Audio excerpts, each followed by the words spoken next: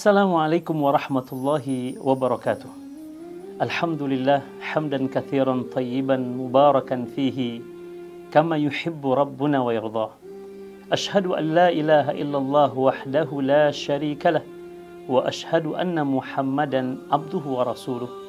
Allahumma salli wa sallim wa barik ala nabiyyina Muhammadin wa ala alihi wa ashabihi wa man tabi'ahum bi ihsanin ila yaumiddin, amma ba'du. Yaqulul Maula azza wa jalla fi kitabihil karim, a'udzu billahi minasy syaithanir rajim. Bismillahirrahmanirrahim. Wa idza sa'alaka 'ibadi 'anni fa inni qarib ujibu da'watad da'i idza da'an falyastajibu li wal yu'minu bi la'allahum yarshudun. Shadaqallahul azim. Kaum muslimin dan muslimat dimanapun Anda berada, dulu ada seorang Arab Badui datang kepada Rasulullah SAW untuk bertanya satu persoalan yang mungkin juga pernah mampir dalam pikiran kita, di mana ia mengatakan, "Ya Muhammad, aqaribun rabbuna fanunajihi am ba'idun fanunadih?" Wahai Muhammad, apakah Allah, Rabb kita itu dekat sehingga cukup bagi kita untuk berdoa dengan suara yang lirih kepadanya, ataukah Allah itu jauh sehingga kita harus memanggilnya? Sejenak Nabi Muhammad SAW terdiam mendapatkan pertanyaan tersebut. Diamnya Nabi Muhammad SAW bukan karena tidak bisa menjawabnya, tapi lebih tepatnya karena Allah Subhanahu wa Ta'ala belum memberikan keterangan tentang hal tersebut. Karena itulah Rasul lebih memilih untuk diam dibandingkan mendahului Allah Subhanahu wa Ta'ala. Dan ini menegaskan bahwasanya Rasulullah SAW tidaklah berbicara berdasarkan hawa nafsunya, sebagaimana disebutkan oleh Allah dalam surat Thaha, "Wa ma yantiqu 'anil hawa in huwa illa wahyu yuha." Dan tidaklah Muhammad berbicara berdasarkan hawa. Hawa itu keinginan, kecenderungan diri. Tapi kata Allah, melainkan wahyu yang diwahyukan kepadanya. Tidak lama berselang kemudian turunlah sebuah ayat di dalam surat Al-Baqarah, di mana ayat ini menjadi rentetan ayat ketika Allah Subhanahu wa Ta'ala memerintahkan kita untuk berpuasa di bulan Ramadan. Allah Subhanahu wa Ta'ala berfirman, "Wa idza sa'alaka ibadi anni fa inni qarib ujibu da'watad da'i idza da'an falyastajibuli wal yu'minu bi la'allahum yarshudun." Apa kata Allah Subhanahu wa Ta'ala? "Dan jika ada di antara hamba-hambaku yang bertanya kepada dirimu tentang aku, maka sesungguhnya aku dekat," kata Allah Subhanahu wa Ta'ala. Pernyataan yang langsung datang dari Allah Subhanahu wa Ta'ala menyebutkan bahwa sesungguhnya Allah amat sangat dekat dengan hambanya. Bahkan dalam surat As-Saffat Allah Subhanahu wa Ta'ala menyebutkan kedekatan Allah dengan hamba-hambanya melebihi daripada dekatnya seorang hamba dengan urat nadinya. Namun tentu kita berharap dekatnya Allah Subhanahu wa Ta'ala dengan kita, dekatnya berupa rahmatnya, ampunannya, cintanya, kasih sayangnya, ridhonya. Dan na'udzubillah jika dekatnya kita dengan Allah dengan kemurkaannya. Lalu Allah Subhanahu wa Ta'ala membuat sebuah garansi. Di dalam ayat ini Allah Subhanahu wa Ta'ala menjamin. Apa jaminan yang Allah Subhanahu wa Ta'ala berikan? "Ujibu da'watad da'i idza da'ani." Aku akan mengijabah, kata Allah, doa orang-orang yang berdoa kepadaku. Sebuah jaminan yang langsung datang dari Allah Subhanahu wa Ta'ala bahwa Allah akan mengabulkan permintaan siapapun yang meminta kepadanya.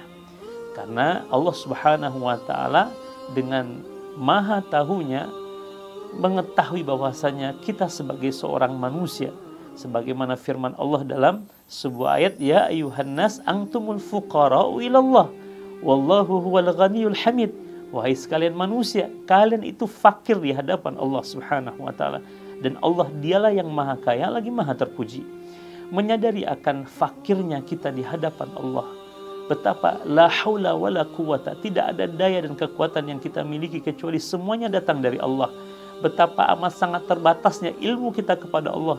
Maka yang menjembatani antara kita dengan Allah Subhanahu wa Ta'ala adalah doa. Karenanya di dalam berdoa kepada Allah Subhanahu wa Ta'ala ada beberapa sebab yang perlu menjadi perhatian kita. Satu, yakin doa kita diijabah oleh Allah Subhanahu wa Ta'ala. Dulu ada seorang wanita di kota Madinah, ia dikenal dengan sebutannya kepada Allah, di mana ia menyebut Allah dengan ungkapan walladzi raddal qatifah, demi zat yang telah mengembalikan batu permata. Usut punya usut, ternyata ia dulunya adalah seorang pembantu rumah tangga di salah satu rumah milik kaum muslimin yang ada di kota Madinah. Suatu hari ketika ia sedang membersihkan rumah majikannya, ada seekor burung masuk ke dalam rumah majikannya tersebut. Karena majikannya adalah seorang yang kaya raya, memiliki banyak perhiasan, dan di antara perhiasan yang beliau miliki adalah batu permata yang bentuknya mirip dengan biji-bijian.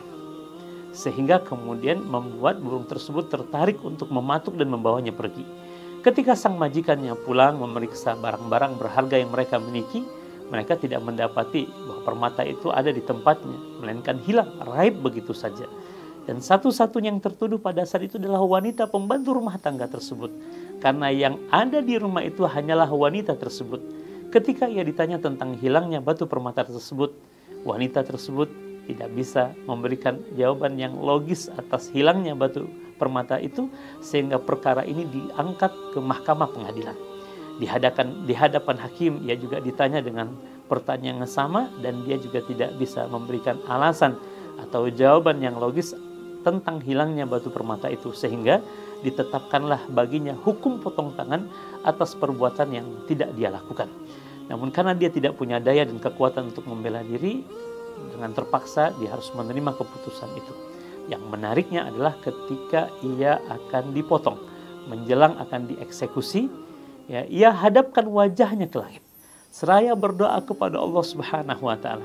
Namun doanya tidak minta untuk dibebaskan dari hukuman tersebut. Namun dia hanya mengetuk pintu langit dengan rasa yakinnya dan prasangka baiknya kepada Allah Subhanahu wa taala. Dalam sebuah redaksi yang sangat indah, beliau mengatakan, "Ya Arhamar Rahimin, anta inda husni zanni abdi bik wa zanni bika annaka lam tudai'ani." Wahai yang maha pengasih di antara yang mengasihi. Subhanallah, dalam keadaan ia sedang terzolimi saja, sebutannya kepada Allah masih menggunakan nama yang sangat indah, yaitu yang maha pengasih di antara yang mengasihi. Engkau sesuai dengan prasangka baik hambamu terhadap dirimu, dan prasangkaku kepada engkau wahai Allah, engkau tidak akan menyanyiakan aku. Sebuah doa yang sangat indah dia lantunkan kepada Allah Subhanahu wa taala, yang di dalamnya ada keyakinan dan prasangka baiknya kepada Allah. Dalam riwayat yang menceritakan tentang kisah ini, 3 kali wanita itu berdoa dengan kalimat yang sama. Tiba-tiba pada saat doa ketika dilafazkan, datang kepadanya seekor burung meletakkan di depannya batu permata. Lalu ketika batu permata itu diperlihatkan kepada majikannya, mereka menyadari bahwa itu adalah batu permata mereka yang telah hilang. Dengan demikian mereka mengetahui telah salah menuduh wanita tersebut. Karenanya mereka menyesal, minta maaf dan memuliakan pembantu rumah tangga tersebut. Sebab itulah sejak saat itu dia selalu menyebut Allah dengan ungkapan walladzi raddal qatifah, demi zat yang telah mengembalikan batu permata. Yang menariknya bahwa yang berdoa saat itu adalah wanita biasa, seorang pembantu rumah tangga yang mungkin sebagian besar manusia menganggapnya remeh dan sepele, tapi tidak bagi Allah Subhanahu wa taala. Sebab Rasul dalam sebuah hadisnya mengatakan, "Innallaha la yanzuru ila suwarikum wala ila ajsamikum." Sesungguhnya Allah tidak melihat kepada fisik kalian, penampilan kalian, status kalian, pangkat kalian, jabatan kalian, walakinnallaha yanzuru ila qulubikum wa amalikum. Namun yang Allah lihat dari kalian, kata Rasul, adalah hati yang yakin kepadanya dan amalan yang mendekatkan diri kepadanya. Dan itulah yang terjadi kepada wanita tersebut. Karenanya kaum muslimin dan muslimat, di saat Ramadan Allah Subhanahu wa taala menjanjikan pengabulan atas semua doa yang kita sampaikan kepadanya. Jangan sia-siakan, setiap detik waktu yang berlalu adalah permohonan terindah kita terhadap semua hajat kita, baik di dunia maupun akhirat kita. Assalamualaikum warahmatullahi wabarakatuh.